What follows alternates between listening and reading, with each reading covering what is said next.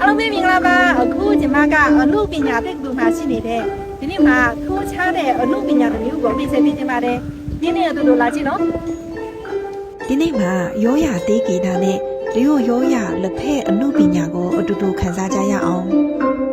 ရင်ရွေးချင်းဟာရင်ကဖြေဖို့မဟုတ်ဘဲနဲ့စိတ်ပိုင်းလဲချမ်းသာစေနိုင်ပါတယ်လက်ဖက်ရဲ့အမှုပညာရှင်ကကျွမ်းကျွမ်းကျင်ကျင်နဲ့လက်ဖက်6ရဲ့အကောင်းဆုံးအရာတာကိုဖြော်ပေးတယ်